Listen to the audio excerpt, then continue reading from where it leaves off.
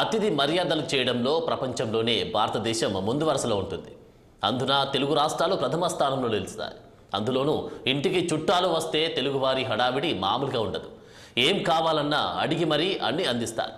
ఇక చాలు బాబోయ్ అనేలా రాచ మర్యాదలు చేస్తారు. మరీ ముఖ్యంగా అల్లుడు ఇంటికి వస్తే చేసే మర్యాదలు అంతా ఇంతా కాదు. అల్లుడు ఉన్న చోటకి అన్నీ వస్తాయి. అతనికి ఇచ్చే మర్యాద ఆ దేవునికి కూడా ఇవ్వరేమో అన్నట్లుగా అనిపిస్తుంది. అచ్చం ఇలాగే ఏలూరు జిల్లా కొయ్యలగూడెం మండలం రాజవరం గ్రామానికి చెందిన ఓ కుటుంబం ఇంటికి వచ్చిన అల్లుడికి ఊహించని మర్యాదలతో ఉక్కిరిబిక్కిరి చేసింది. సుమారు 225 రకాల వంటకాలను వడ్డించి ఔరా అనిపించింది.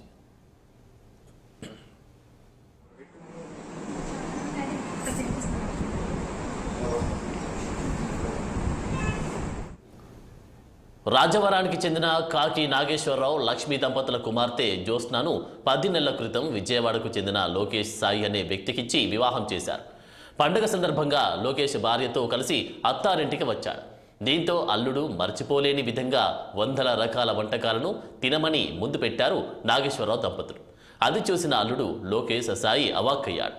అత్తామామలు తనపై చూపిన ప్రేమకు పొంగిపోయాడు. దీనికి సంబంధించిన వీడియో సోషల్ మీడియాలో పోస్ట్ చేయడంతో వైరల్గా మారింది. ఈ వీడియోను చూసిన వారంతా మర్యాద అంటే ఇలా చేయాలని, బంధుత్వం అంటే ఇలా ఉండాలని ప్రశంసిస్తూ కామెంట్లు పెడుతున్నారు నెటిజన్లు.